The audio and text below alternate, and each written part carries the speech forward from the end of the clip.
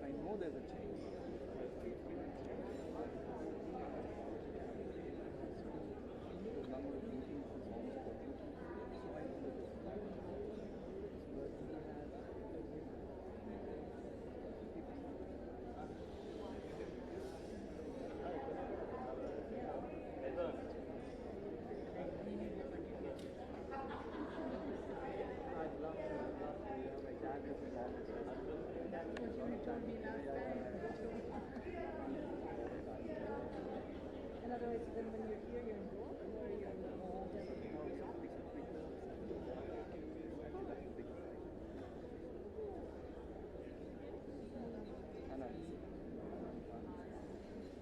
oh, you're working with that. Same box, is it the same? No, maybe I'm trying. No, another.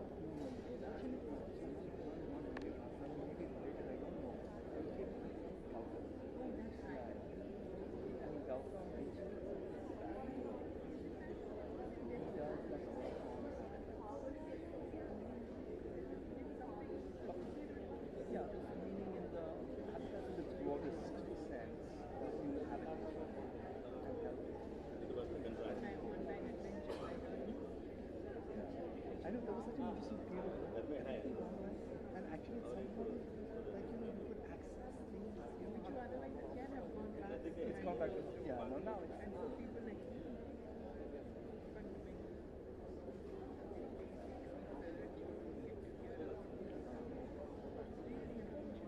It's interesting because look at the 10 minutes. So, you know, yeah, there are two people. There were two people. Yes, I did.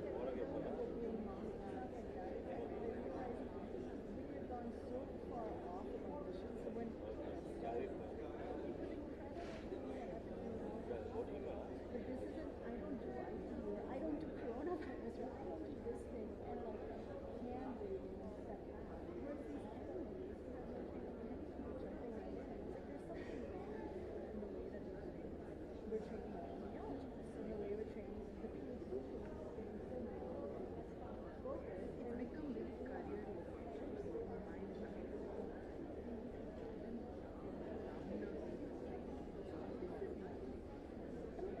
don't know.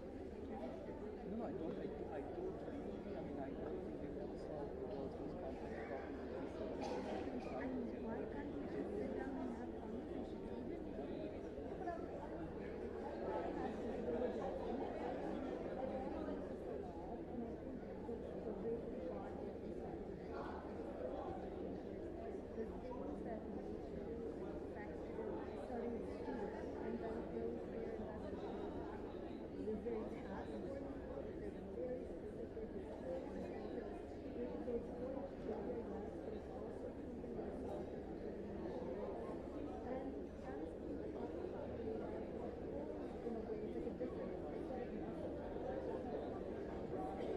And you're also taught to take so much caution. But by the time you actually execute something, it's irrelevant. And that's the problem I see. And so I think it's such a very deliberate. It's not like it's just going to happen. And why I always say I'm taking a class now. And which is not a problem. Not to take on. But some of it is like that's what's how do you approach a problem that how do you work what are the it was like learning like computer science and computer all kinds of things because I got involved in COVID response and it was just like wow these people are so different we need to learn how to think so one of the things I learned like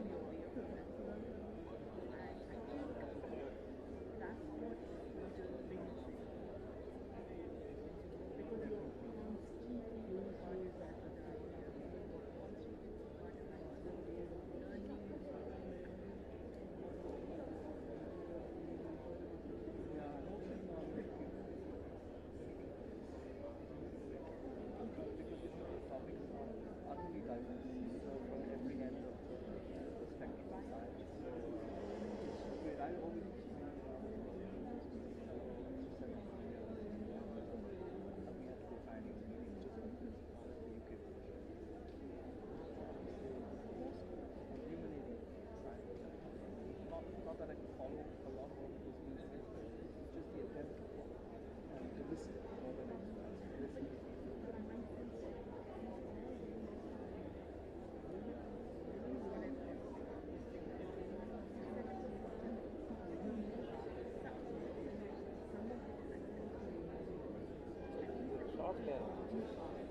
No, back at a charging it. Yeah. I mean, you cannot be this kind of place, but just be something.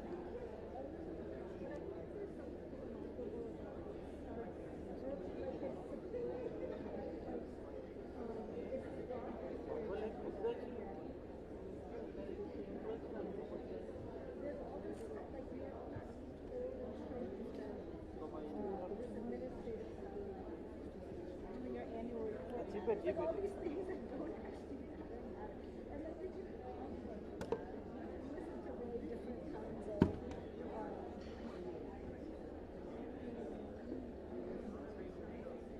లేసానా పోతా నేనేమో ఉండే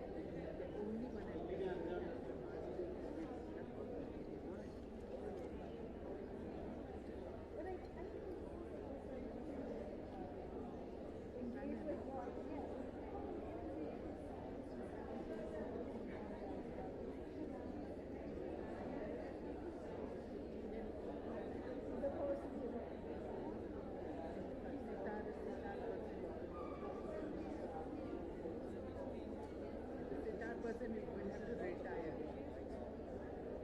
A few days ago, I received a different one. Yeah. It This was came yesterday.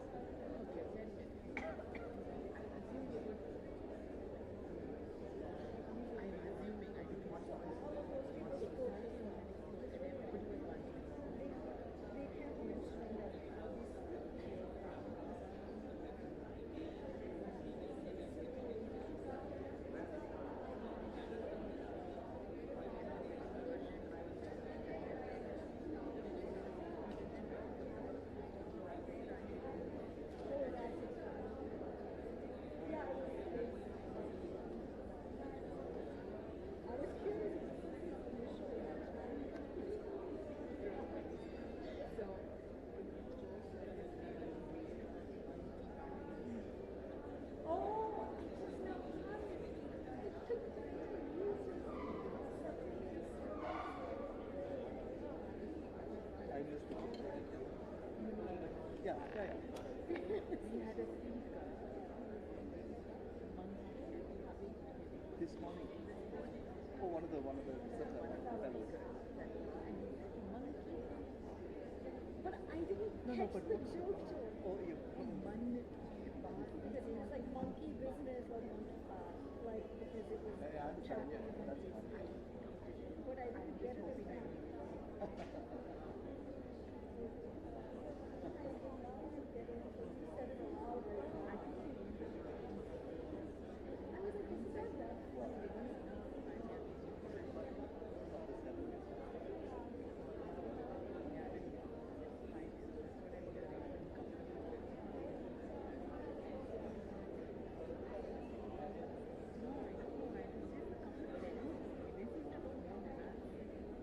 So you're now on the intermediate,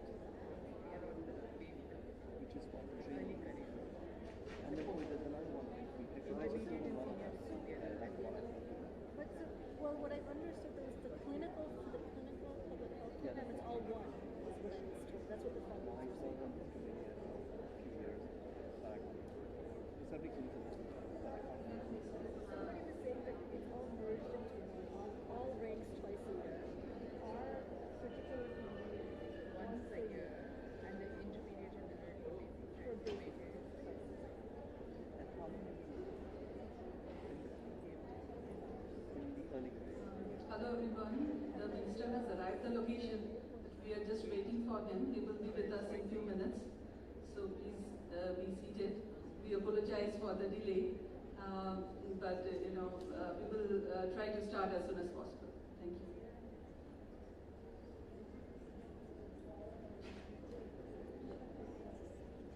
So Bhopal, that's where. I spent a lot of time in the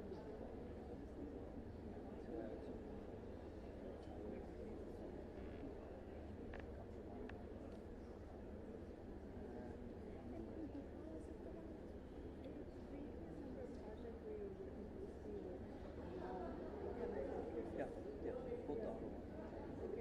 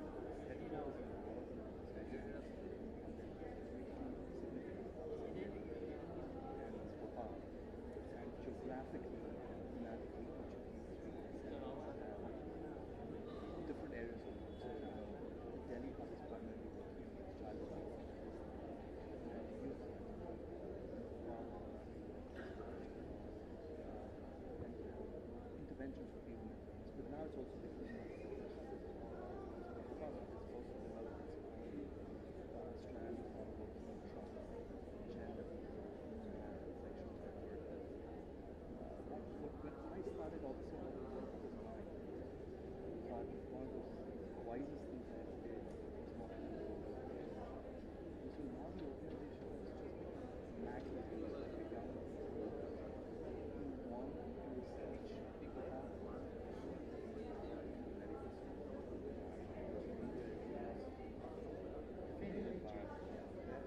very doctor-centric, very doctor-centric, and also very service-focused. So you don't know having time. So actually, we were in the basic science, much like clinical and public health science, huge opportunity in social. All of the way out of the nation, Hyderabad and still is a nation.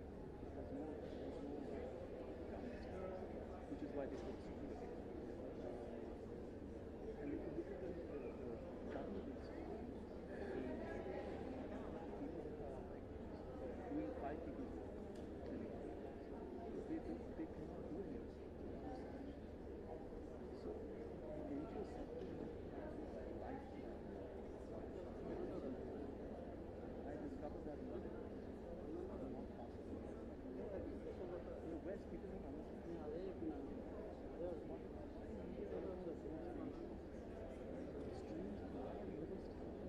Normally that's where you die. But we have a very strange, I think, very strange architecture. Why do not like in the US, why do universities not do this?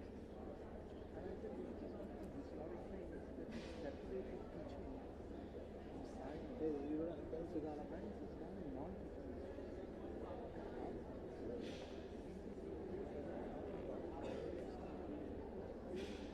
taught by the person who wrote the paper, not just how many lectures we got having done this. And then I asked me, like, I know history is very, not some knowledge of this, I know which is very different. He's my son's Kevin and another person. Yeah, oh really? How funny, how much you took picture? They're very close now, but they have a home now. Yeah.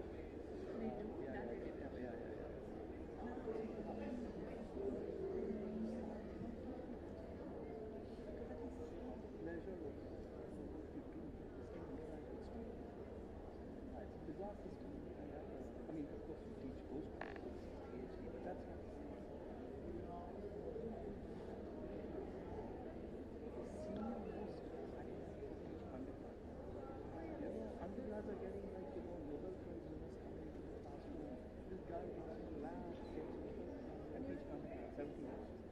And you have continuous people in the labs too, right? I mean, that's the other part of it. There's experience Do they have undergrad? I think. I think have undergrad. Okay, but they're professional students. You're right. Even humanities, I know some are. So our teams are beginning to create the kind of integrated university. ISIS too, yeah. But the question to ask is why the Bombay University? Why do Delhi University?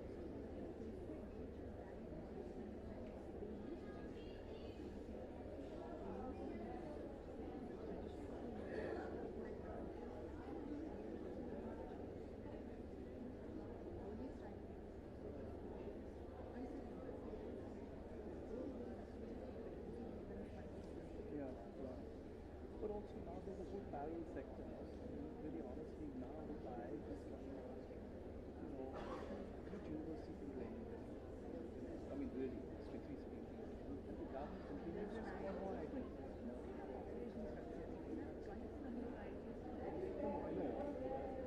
You're right, absolutely. I agree with you.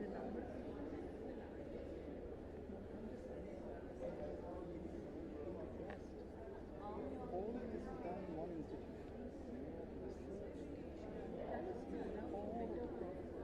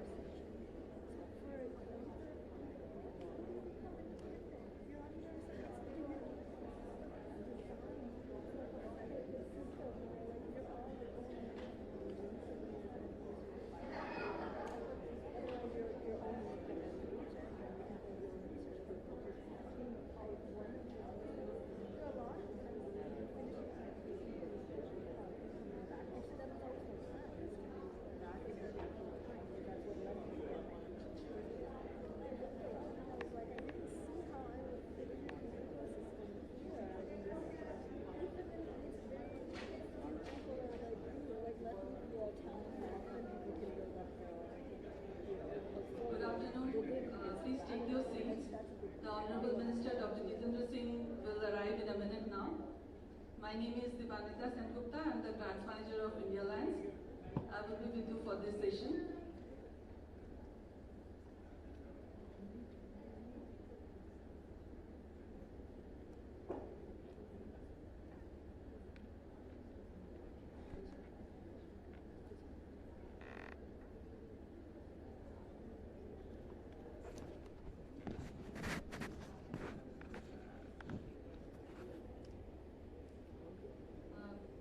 We request you to kindly keep your mobile phone silent.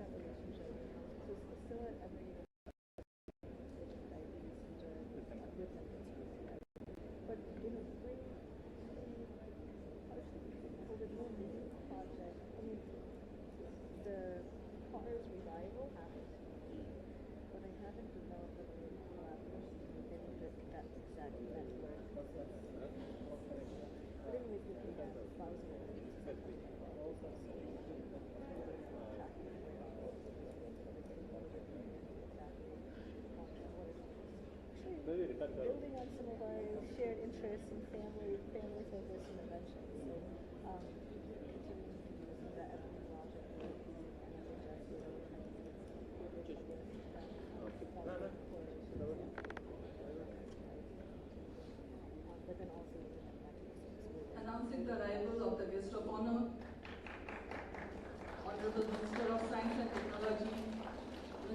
State for the Prime Minister's Office, Personnel, Public Grievance and Pensions, Department of Atomic Energy and Department of Space, Government of India, Dr. Jitendra Singh. Good afternoon and a warm welcome to the India Alliance Annual Conclave 2023. It is our immense pleasure and proud privilege to have with us our Honorable Minister, Dr. Jitendra Singh. May I invite the distinguished guests to join us on the stage for the lighting ceremony. Honorable Minister of Science and Technology, Dr. Jitendra Singh, please. CEO, Wellcome Trust, Dr. Paul Schreier. Secretary DBT and Secretary DST, Dr. Rajesh S. Conclave. Senior Advisor DBT and Trustee of India Alliance, Dr. Alka Sharma. CEO of India Alliance, Dr. Devashish Mitra.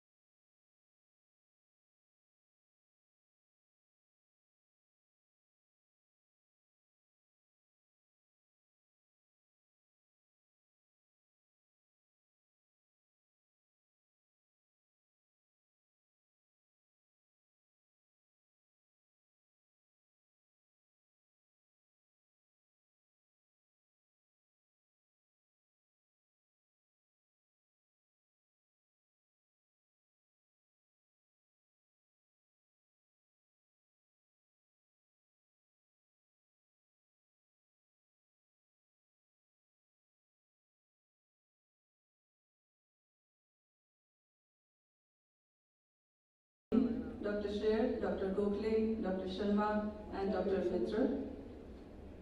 May I request Dr. Mitra to please welcome our guest of honor, Honorable Minister Dr. Jitendra Singh, with a bouquet of flowers.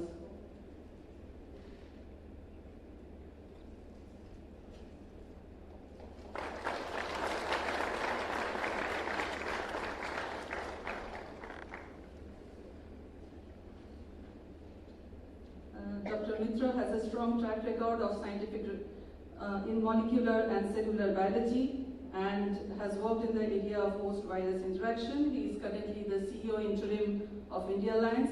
I invite Dr. Mitra for his welcome remarks.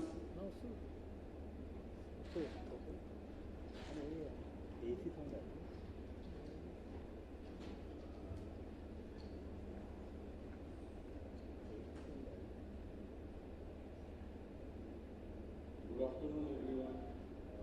Sorry, we are running about 1 hour late, so I will try to keep everything clean. So, it's a great occasion to have our guest of honor, Dr. Jitendra Singh, Honorable Minister of State, Independent Charge, Ministry of Science and Technology, Ministry of State, Prime Minister's Office, Ministry of Personnel, Public Grievance and Pensions, Department of Atomic Energy and Department of Space, Government of India. We are delighted to have this 11th India Alliance Conclave after 3 years in person. The last one was in 2019. So I welcome you all. We have with us today Dr. Paul Schreier, CEO Interim, Wellcome Trust UK, Dr. Rajesh S. Gokhale, Secretary of Department of Biotechnology, Department of Science and Technology, Additional Charge, and also Secretary DSIR and DGCSIR, additional charge. Dr. Alka Sharma, Senior Advisor of DBT and one of the trustees of India Alliance.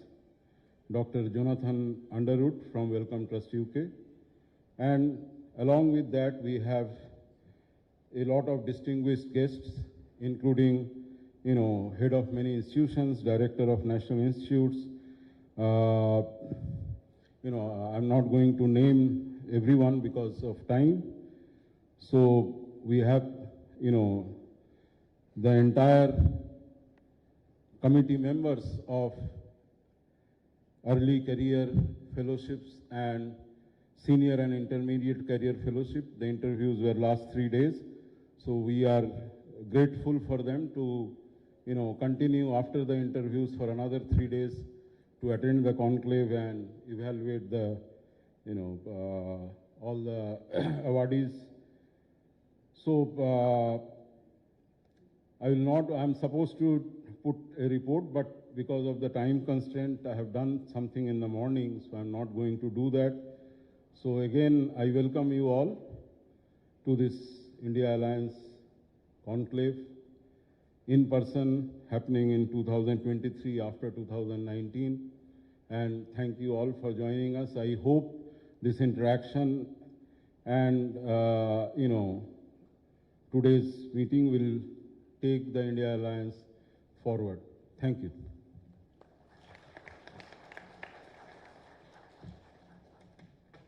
Thank you, Dr. Mitra. Dr. Alka Sharma is the Senior Advisor of DBT and the Trustee of India Alliance. She has contributed significantly in biotechnology research and policy. Now I request her to please address the gathering. Thank you. Good afternoon, everyone. Respected Honorable Minister Dr. Jitendra Singh ji, Secretary Department of Biotechnology Dr. Rajesh S. Gokhale, Interim CEO Welcome Trust Dr. Paul Scher, Interim CEO India Alliance Dr. Devashish Mitra, and all the eminent speakers from various organizations, Mr. Jonathan from Welcome Trust, and participants from various institutions, team from India Alliance, and my colleagues from DBT and Autonomous Institutions Directors and Autonomous Institute Scientists faculty. So I will be very brief, just to give a very brief about that what from the trustees' perspective, that as we know, India Alliance is a unique partnership between Department of Biotechnology, Government of India and Welcome Trust to support and promote biomedical research career program in India. And this year, India Alliance is now celebrating 15 years of a successful partnership between Department of Biotechnology and Welcome Trust. As many of you may be aware that it was officially launched in September 2008, and during first phase, about a decade, this has provided a wonderful platform to biomedical researchers at each stage, that is early, intermediate and senior level of the careers. As per its mandate, India Alliance is building strong, world-class biomedical research human resources in India at a scale where the country can make a global impact.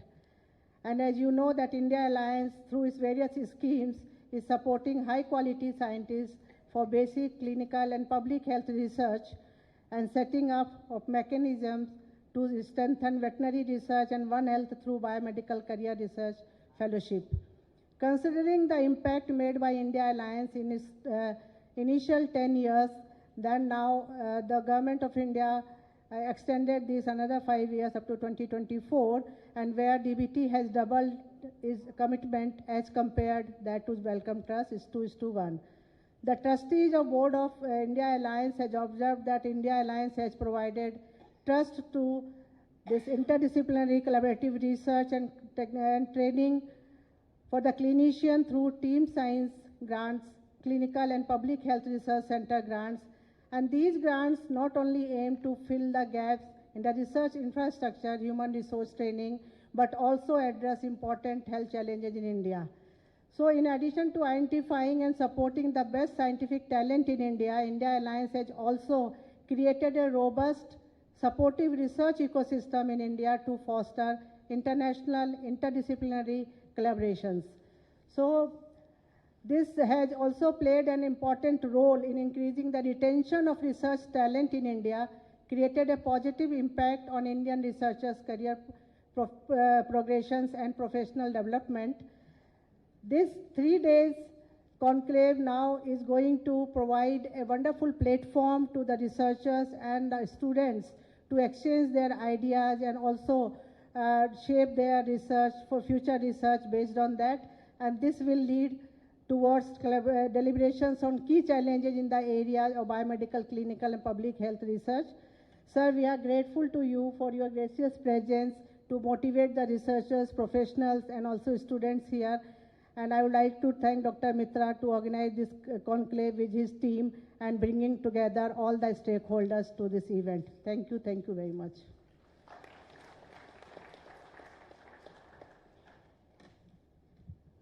Thank you, Dr. Sharma.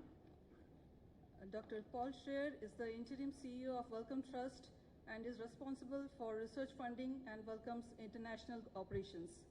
I request Dr. Paul Scheer to address the audience, please.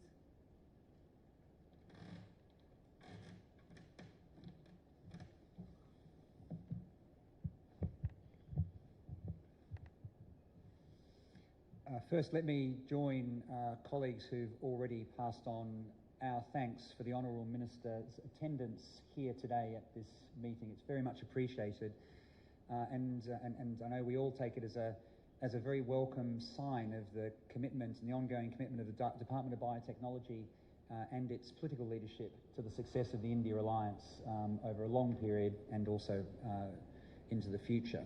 So thank you very much for that, Honourable Minister. I mentioned as we were opening this morning some of these remarks. I'd like to repeat some of them now in this new audience, partly to sort of give a little bit of a signal for how Wellcome has viewed the India Alliance and before it Wellcome Fellowships over a very long period of commitment to the quality of Indian science and for the development of Indian scientific careers, and partly as a sort of a harbinger for the future, which I know people here will be interested in as well. The India Alliance has produced very high quality science fundamentally over a long period. This is a scientific endeavour. It has at its heart the production of high quality science in the interests of the advancement of human health. In that, there has also been a long commitment to the development of a sustainable ecosystem for Indian science whilst the high quality science is being produced. That includes the fellowships, the biomedical fellowships that were at the foundation of the Alliance in its first phase, and also the other areas that into which the Alliance's interests have extended over time. Part of that has been a clinical thrust through clinical and public health research centres and clinical research training programs, which came in the sort of second phase of the India Alliance's endeavours. That change recognised the fact that basic science, whilst important, is not enough to ensure translation of discovery into the clinic and into human impact. And also that clinical pathways for scientists in India, in as much as also true in other parts of the world, by the way, are a challenging pathway to pursue because clinical scientists tend to find themselves in demand both on the delivery of their medical outputs but also on their research outputs. It's a challenging career, and that was recognised in placing additional effort into that arena in the context of the second phase of the development of the India Alliance. A very good thing, in my personal view, it was too. Across all of these areas of endeavour, and those areas of endeavour include all of the different fields of science, if you take that lens, some more or less applied, but all of the different fields, but also the different conditions with which the scientific research is looking to improve lives.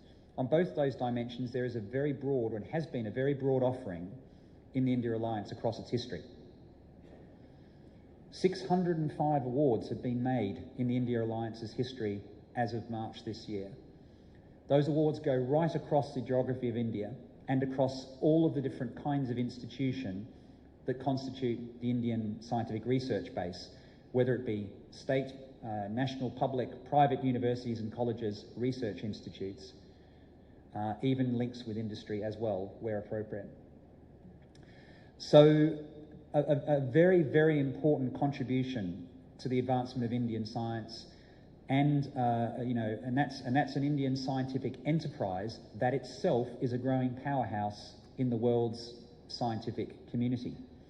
So there's a huge amount to celebrate dimensions, I think, and that celebration has to pay proper regard to the long commitment of the Department of Biotechnology to the India Alliance with us at Welcome, which has been very important for the ongoing support of the program, and for which we're all very thankful, including us at Welcome. It's been a very successful endeavour in other ways too. There have been lots of awards won, domestic and international awards by scientists. Indeed, there are award holders in this room now. Whether it be the Shanti Swarup Bhatnagar Award, arguably India's premium science award, or other awards of an international nature, like those awarded by EMBO or by the Bill and Melinda Gates Foundation. The list goes on. I could be here all day listing these awards. So successful have fellows been in winning them over time. The only reason I'm bringing it up is to reinforce the point that the quality of here has been quite extraordinary. One other dimension which has been very nice to observe over time has been that, as well as a commitment to frontline science, there's been a significant commitment to the infrastructure necessary to sustain science and scientific endeavour. Whether that be the sort of more traditional forms of infrastructure that are needed to support individual projects, some of the centres that have happened in the clinical and public research arena as well, or the very welcome commitment to research management careers and training of research managers within India.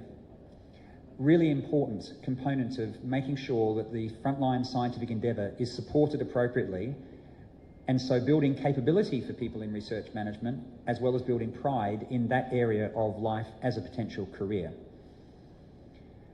All very impressive indeed. So there's a huge amount to celebrate here, and once again, Honourable Minister, our thanks to you and to your department for the commitment that has been made over a long period. So, if I look ahead, given the exceptional impact that I've just described, you might ask, how is Welcome thinking about the future of the India Alliance? Well, Welcome and the Department of Biotechnology in the next little while will need to consider the results of a review of the Alliance's most recent phase of work over the last several years. Many people in this room, most people in this room are scientists. This is the normal practice. We will look at the success of the enterprise, discern over it, and take advice from that discernment. You can tell that my view is that there, and there is good reason for this, that the quality of the outputs and work have been good. But nonetheless, we'll carry out that piece of work, and both we and the Department of Biotechnology and its leadership will discern over that. I imagine that the Honourable Minister and his Cabinet colleagues in due course will make a similar discernment. Notwithstanding that bit of process, what I can say is that, subject to the review's outputs, we at Welcome would like to discuss a further phase of the India Alliance in partnership with our friends and colleagues at the Department of Biotechnology. Now, neither we nor the Department of Biotechnology have worked on the details of quantum of funding or any of that level of operational detail yet, and that's the kind of thing that, in our case, would be discerned over by our Board of Governors, to whom I'm accountable as the Chief Executive. And it's also a matter, in this case, ultimately for the Honourable Minister and his colleagues within the Cabinet of the Government of India. But in Welcome, and I hope for the Indian Government in due course as well,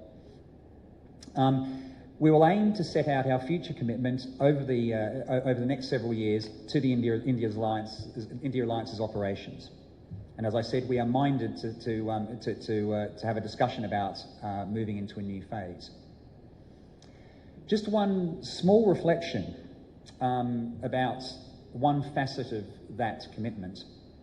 In Welcome, over the last 2 or 3 years, we've moved for our major programs, and the India Alliance is a major program, but major programs are also things like the Wellcome Sanger Institute or the Francis Crick Institute in the UK, or our overseas operations in Africa or Southeast Asia. In other words, the larger scale programs. For those programs, as we have progressively been renewing them over time, we've typically moved from a 5-year to a 7-year renewal cycle. The reason for that is that we recognise that the sort of complicated endeavours that we seek to investigate in our scientific mission often need more time. And so we've been minded to give more time between review cycles, reflecting that fact. It also has a very happy characteristic of reducing the bureaucracy that has to be dealt with by the programs too. So they have to face that kind of scrutiny a little less frequently. And so we've moved in that direction. And we'd be happy to do it here too, if our partners in the DBT and in the Government of India were minded to do the same. Nonetheless, wherever we end up, I'm very confident that this is a partnership which has had significant benefit for health and science in India, and and really looking forward to where our discussions might take us for the future of the India Alliance as well. So in signing off, thank you very much. I can also add my thanks to Dr. Sharma's thanks to the organisers of this event. It's a big thing to organise. It's lovely to have everyone here. It's very exciting. We've seen some good science this morning already in lots of different formats. There is more to come. Thank you very much.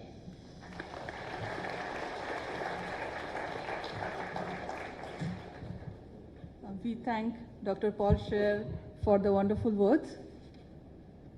Dr. Rajesh S. Gokhale is currently the Secretary for Department of Biotechnology and Department of Science and Technology, Government of India. We request Dr. Gokhale to please address the gathering.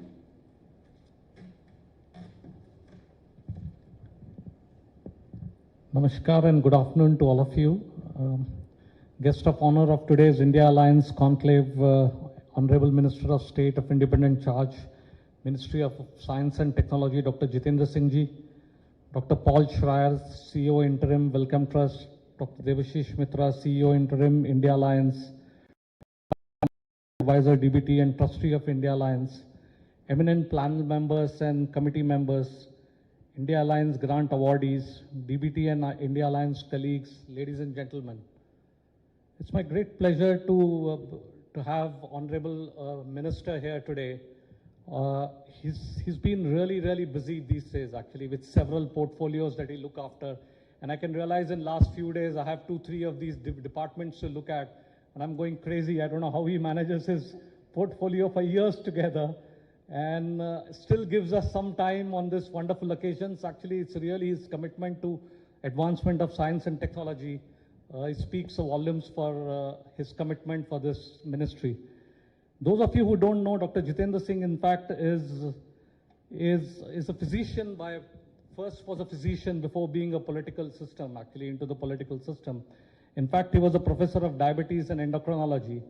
And, several MD theses were in fact registered with him while he was an actual professor there at that time. And being a clinical academician, he understands the technical aspects of science funding models and importance of public-private partnership and the charity.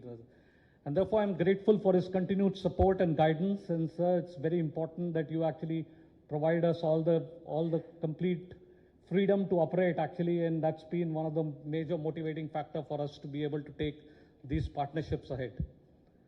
Also, leaderships at Wellcome Trust has been very supportive all these years. Jeremy Farrar, who was prior to him, and Paul, since he has come, as you've already heard.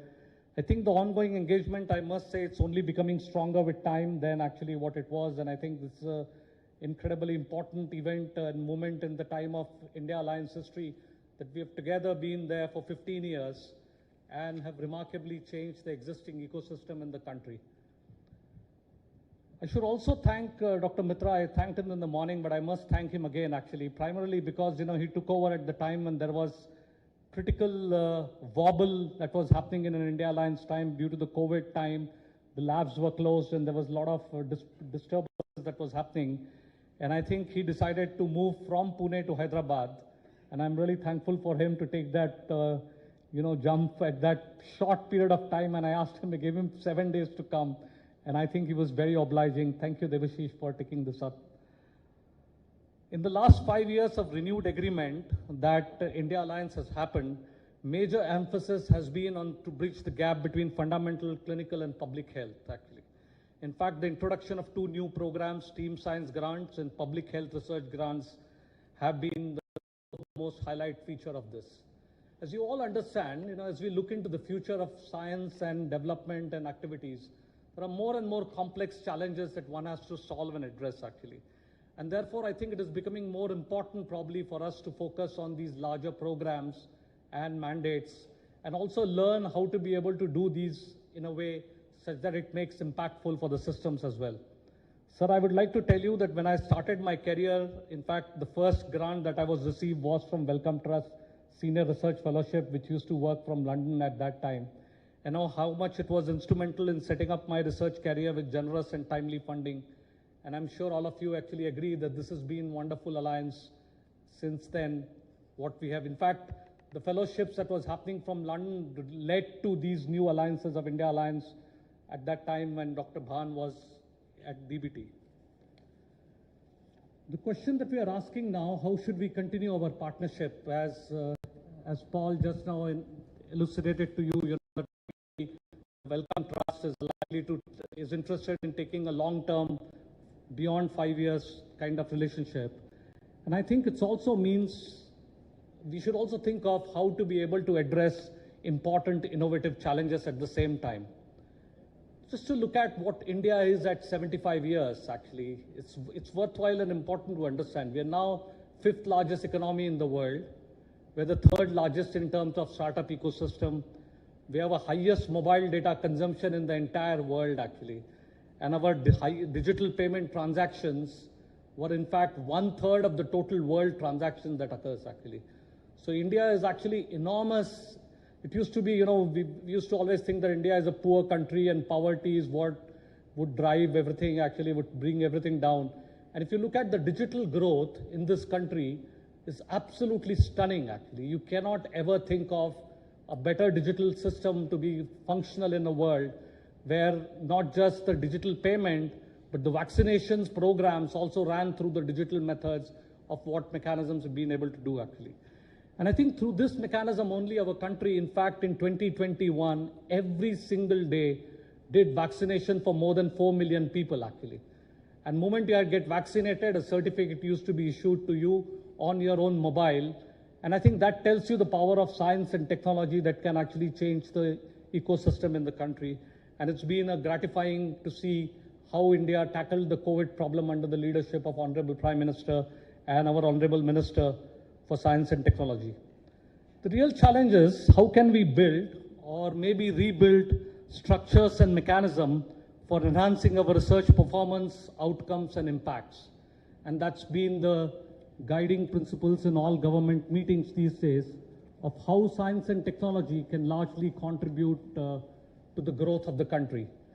In fact, if we really look at, this was not the scenario when I started my career with. I don't think at any given point of time, the leaderships, at the highest leaderships would say, science and technology will solve these problems, actually. And therefore, the emphasis was on building capacity, doing interesting scientific projects and programs.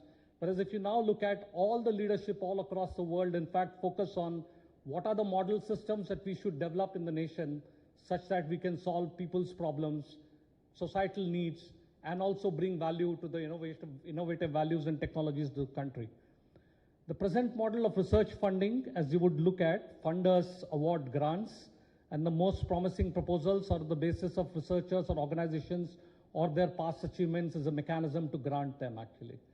We want to ask the question, is this the best mechanism to do highest amount of innovation and solve the problems?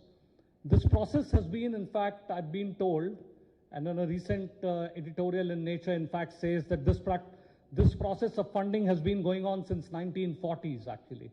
So it's close to a century that we have followed this process of giving scientific grants and process to look at.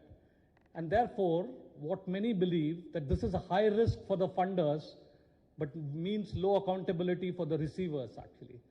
And this is the question that has been debated now in various places to be able to ask the question how to rightly balance this.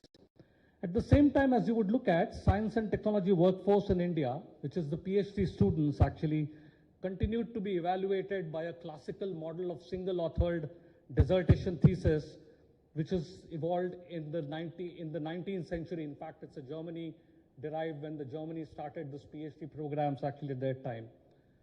And as science problems are becoming complex and cross-disciplinary, only large teams requires to be able to address these cutting-edge problems and challenges. I like to put together, the learning process into 4 brackets. And this I call 4 facets of learning. The first one is I call Shastra, which is a specialized knowledge. And people enter with this specialized knowledge into a PhD program actually. Now Tantra, which is the doctrine and principles, what it means is that what your PI teaches you actually during the process of time and his knowledge engagement along with it. So Shastra gets converted to Tantra and the Tantra gets converted to Vidya. And the Vidya is the deep knowledge and reasoning that you acquire, and in fact you get a PhD degree for it. The real challenge for all of us right now is to convert Vidya into Kala. And the Kala is a skill and effective performance of what you have learned through actually. In fact, if you look at the field of arts, this is a classical process of Shastra, Tantra, Vidya, Kala actually in our classical ecosystem actually. Unfortunately, this Vidya to Kala is a dysfunctional part in our scientific ecosystem, and the PhDs are left to fend on their own self, and then they go around postdocing somewhere in some places, and in fact, you don't exactly understand what is that effective work that I need to do. And I think that is where we need to really enhance and understand the future course of how scientific organizations and funding processes will evolve. It's very easy to say that let's continue doing very well, but as I told you gave you a problem of in the morning actually of middle income trap. Like all middle income track problems, you can continue to evolve on the same trajectory, but you don't necessarily reach the highest frontiers, which requires changing the tracks and gears every event occurs. And I think this is a good time. So wonderful, knowledgeable people and people who have had enormous experiences of more than about 100 years of experience in various systems and organizations. I think it will be wonderful if India Alliance can come up with a model that will work for an Indian system. The other more important aspect in looking at from an India Alliance perspective that I think would be very important is how to share facilities, resources, and skills. And that's where the critical challenge comes of how to organize these facets of human endeavors to be able to solve critical problems of needs. All of you would understand that scientific data sharing is also becoming a very, very important aspect that India Alliance can focus on actually. And I think it's been a very, very important aspect that we have a lot of scientific data, but it is not integratable actually in different ways. And obviously we all love to follow the FAIR principles, which is findable, accessible, interoperable, and reusable. But we all know that I is a big challenge right now actually. In all places, the I actually is completely disconnected, and it's not necessarily integratable. The data generated in one lab cannot be combined with data with another lab, and therefore you cannot have an effective solution coming out for it. And I think something in the next future part of our India Alliance, I think maybe we should focus more on bringing these kind of technologies and solutions such that we actually become the leaders of the world of how data sharing practices, how resource and the skill set sharing can become a very important aspect. Of course, one other point that is starting to come is the risks of the new knowledge that is going to come. I mean, for example, you look at generative AI, already there are so much of talk and discussions around that how this is going to be disruptive. There is a potential to boost misinformation and therefore destabilize societies actually. And therefore you can imagine the impacts can be very large. In fact, UK is going to have the first meeting specifically focused on how misinformation can be generated in the world for an AI meeting in the next few months. I think lastly, I would like to suggest is that, the problems, complex problems like climate change is a very, very important issue, I think.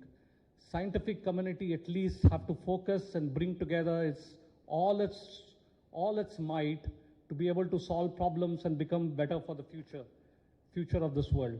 And therefore, we need to initiate inclusive debate of how new technologies will change the bottlenecks, how there'll be changes will occur in terms of life of people, because otherwise the technologically will move so fast that social changes will not be able to in fact synchronize with it. And therefore, there would be constant challenge of whether the social acceptance is there or not, and how these technologies are going to provide a mechanism of changes in the world to happen. In the end, I would like to congratulate India Alliance team to carry out this magnificent task of creating high-value people actually throughout the country.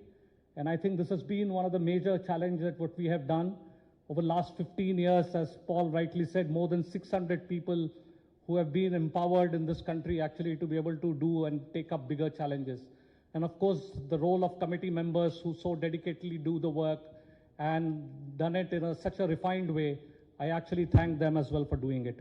My humble request to all of these personnel is while you carry out personal endeavors, please also join national ambitious programs and missions of the country and feel motivated and gratified by solving people's problem actually. I thank you again for all of you coming here today, and again, thank you, sir, for taking time. It's a great pleasure to have you here, sir. Thank you.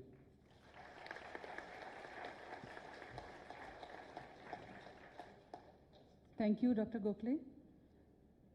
As we have heard, Honorable Minister Dr. Jitendra Singh has been trained as a physician.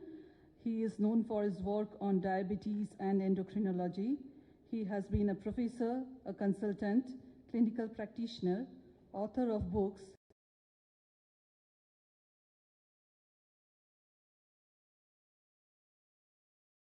Dr. Jitendra.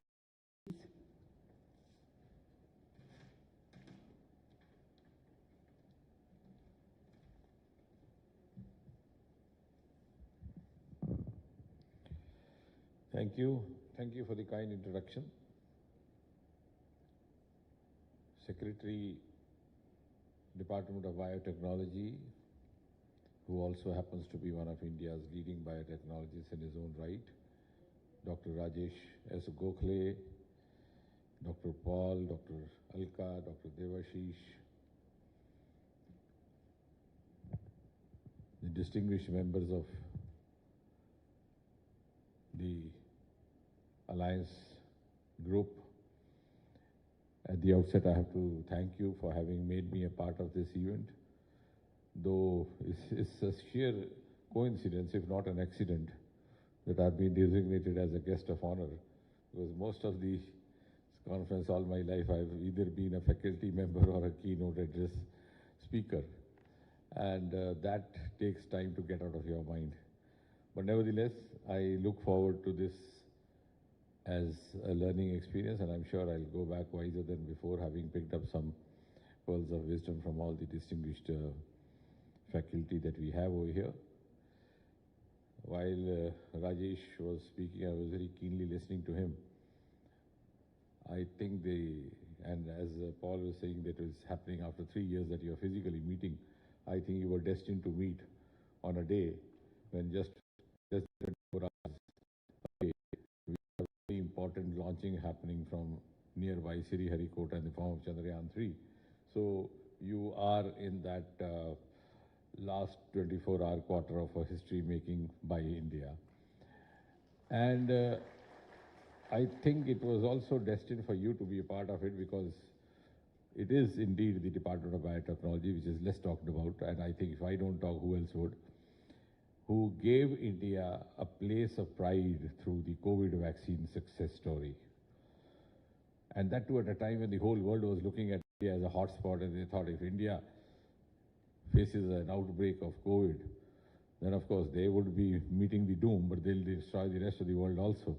But what we saw later happening is that it was his department, the Department of Rajesh Gokhale, which successfully conducted the trials of the COVID vaccine and gifted it to the rest of the world. Whereas smaller countries with just about 500,000 population or 5 million population were unable to face the catastrophe. So you have actually made India part of that trajectory, which is seeing its next destination tomorrow. And I would rather say that this Chandrayaan is going to reiterate what COVID vaccine did. It is going to herald India's quantum jump in the global arena, and also reiterate India's indigenous capabilities and thereby firmly establish India as an important global player to reckon with. And as was being mentioned by Rajesh, he was referring to the times when we didn't have the kind of resources that possibly the scientific fraternity would have wished to have. But I think it's been a long journey, it's been a miraculous journey. Also an amazing journey from where we started, where we are. And today we are almost at an equal pedestal. There was never a dearth of human resource. We have scientific workers like Rajesh Gokhale in this generation. We had some of them in the earlier generation also. Also in the generation of Sarabhai, who carried the launcher on the carriage of his bicycle. But the resources were primitive. And I think that's been a huge change, particularly in the last 8-9 years, and the credit goes to President Prime Minister Narendra Modi, who has given science and scientific workers a kind of esteem which we had always yearned for. And only during my flight to this place, I was going through a statement made in the parliament by the then science minister in 1971. Because I keep doing all these crazy things, try looking for things which others haven't, and then try to, because being a researcher all my life, you are stuck with that bug of coming out with something new every morning. So the then Science Minister, Mr. C. Subramaniam, in response to a question in the parliament, says that I admit that we don't have the kind of infrastructure that is there available in several other developed countries, and therefore many of our science experts and science scholars and science researchers prefer to go out. But then he makes a very modest appeal, rather I would not say apologetic appeal, but he says that they should follow the example of some of those who may not be making big fortunes, but they have still decided to stay back in India and serve the motherland. Today, as Science Minister, I have the confidence not to say that. I have, on the other hand, confidence to say that we have everything. And those who wish to come back to India if they've gone out, or even other friends like Paul and his colleagues, we have much to offer over here in terms of both the research resource as well as the financial resource. So I think that is a huge change that has happened over the last half a century. From the position where at one time the government itself admitted that we are short of research. And Rajesh has beautifully traced that history. We also are also in a position where we are able to drop cues for the rest of the world for some of the most so-called fashionable areas of scientific research. Like, for example, the climate change, the clean energy. Till a few years back, it was thought that they were not the kind of areas meant for the third world. And I mean, we were all the time beset with our problems of drought and floods and rainfalls. But today we are taking a lead, and it was the Indian Prime Minister in COP26 held out a pledge that we would be net zero by 2070. So I think now with the global world coming in, the constraints have come down, the digital modes have become more handy. It's true when he was saying, and I vividly recall when we did our thesis, our guide would ask us to refer so-and-so book. And when we would ask him where to find it from, he would say the British Council Library. So if you went to the British Council Library in Madras, they would say, no, it is, but it is the British Council Library in the Calcutta Consulate. So you had to actually deprive yourself of that. Now you have everything at the click of your mouse. So this globalization, the digital tools have actually helped our alliance better. So these are supplementations of the alliance, which is 15 years of age now. And added to that, as was being mentioned, I'm not so good at talking about Shastras as he did, but certainly that makes me understand that we have an exclusive domain as well that is called traditional knowledge. And I'm proud to say that we have now tried to institutionalize that. Not only have we set up a traditional knowledge library, as a separate exclusive cell in the CSIR. We have also now digitalized it, and now it is through a cabinet order, and now it is known as traditional digital library, TKDL, or Traditional Knowledge Digital Library. And this is something which the India Alliance partners could benefit from. How to integrate. And when we talk of integrate, the synergy has to be wider. I'm glad COVID taught us that, though it taught us by default.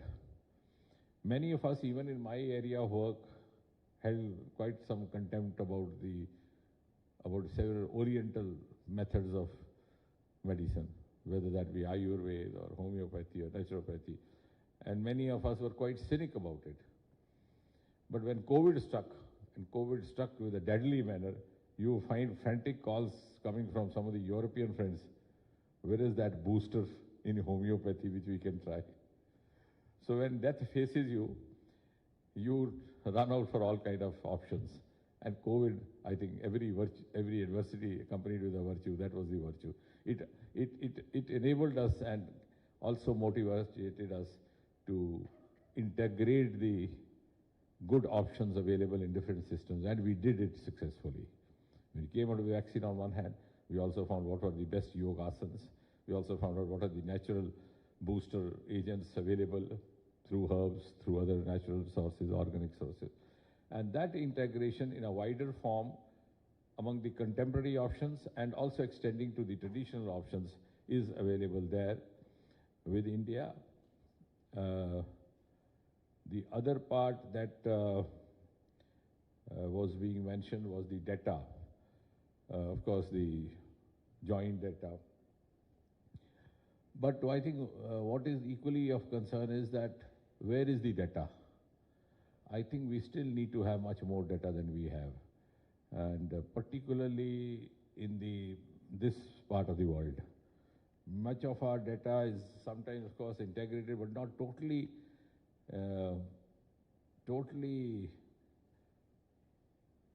synchronous with the kind of populations that we are dealing with.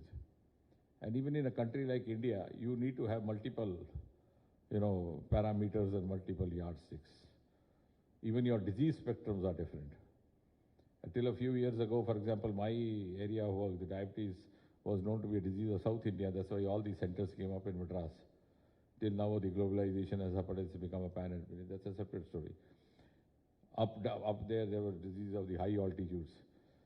So the data which we have is not always very much indigenous, so we need to concentrate. And then secondly, because I have been, into this for the last 3 decades or so, once you are even able to create a data bank, then the analysis of the data is equally important. The statistical interpretation. That too is not happening always to the optimum extent.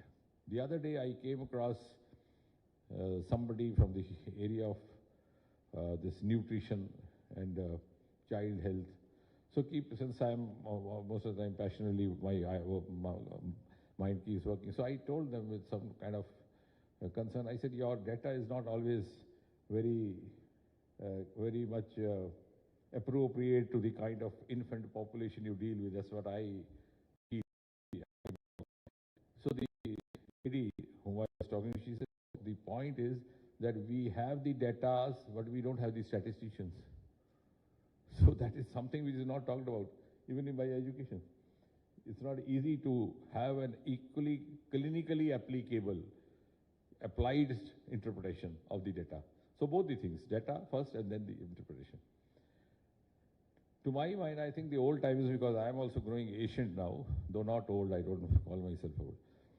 In the British pattern of education, which carried on for quite a few years, even after independence, we actually had statistics as a subject even in college, in undergraduation. We don't have now.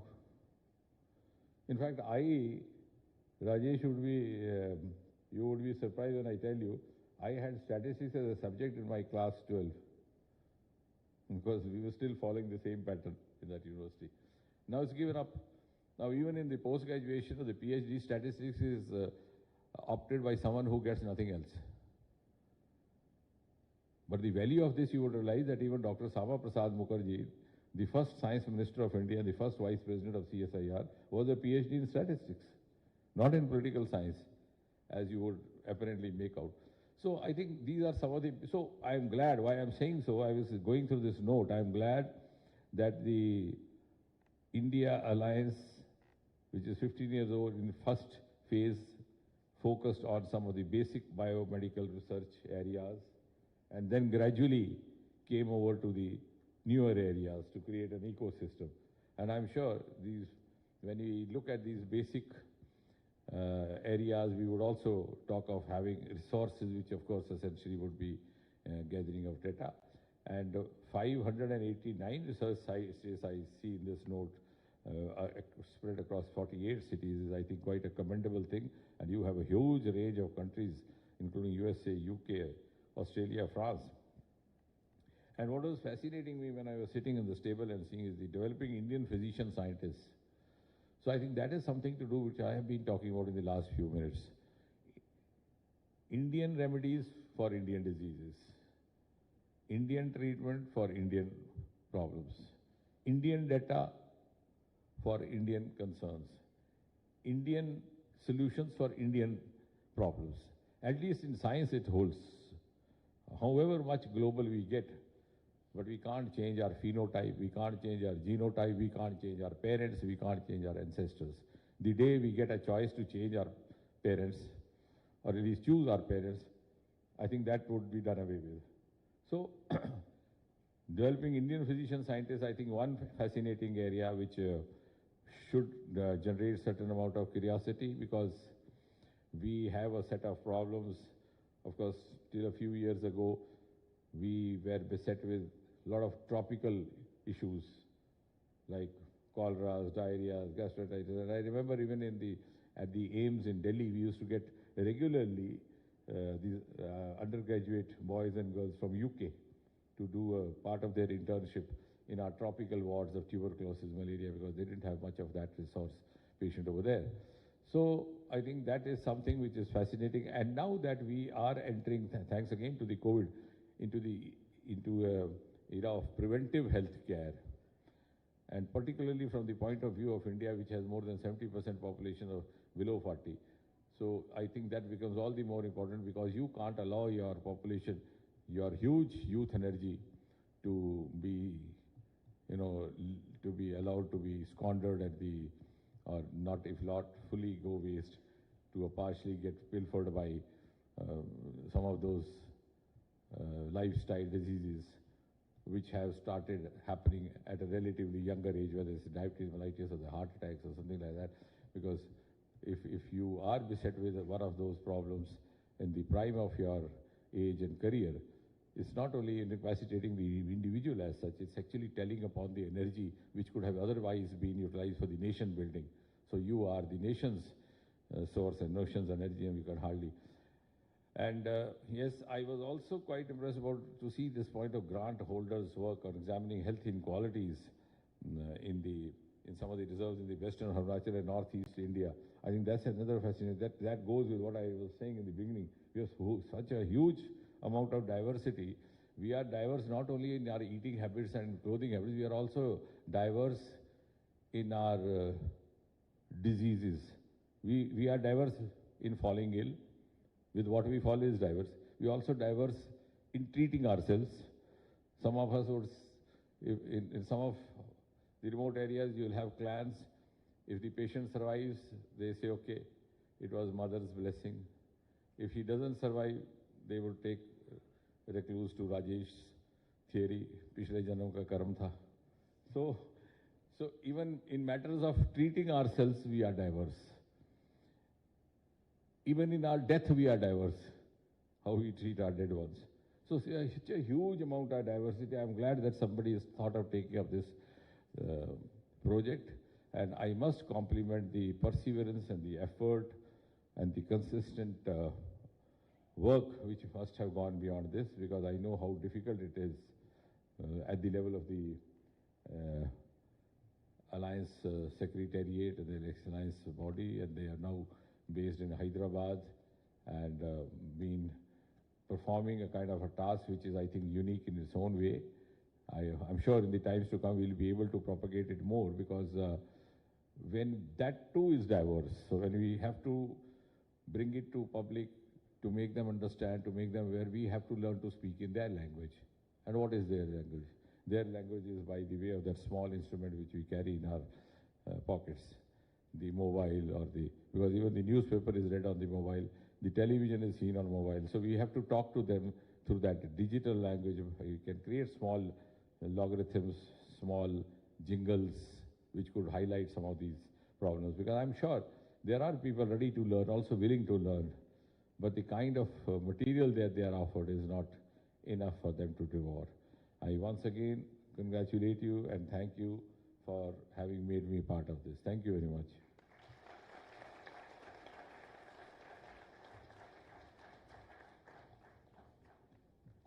We thank the Honorable Minister for his valuable words. His presence here signifies his continuous involvement and engagement with the scientific community. I now request Dr. Rajesh S. Gokhale to kindly thank the Honorable Minister and facilitate by presenting a memento of traditional Bidri art and a shawl.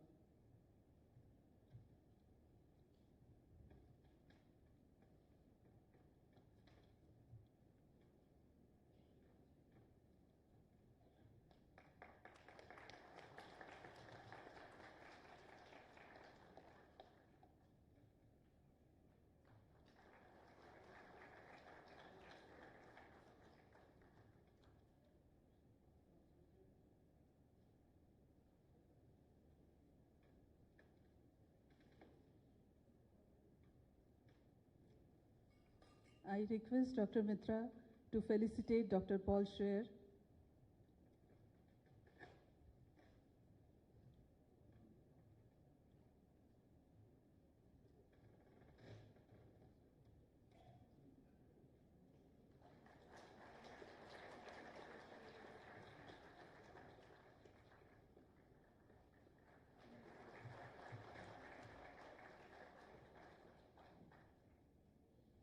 Dr. Rajesh Gokhale.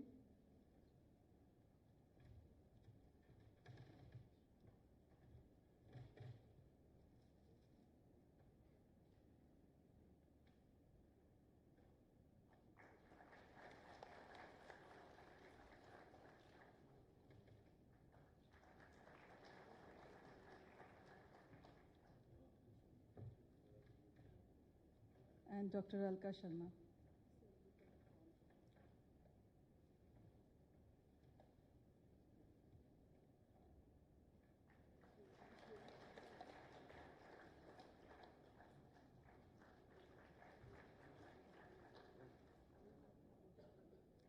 From the staff of India Alliance, we request for a photo opportunity with the Honorable Minister.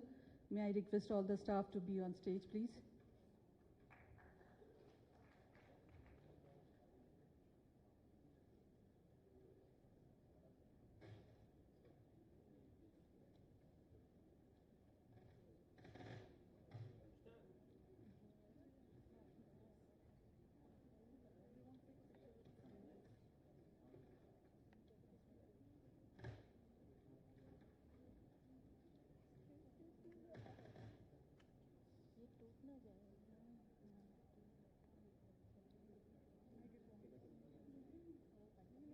नहीं रुको रुको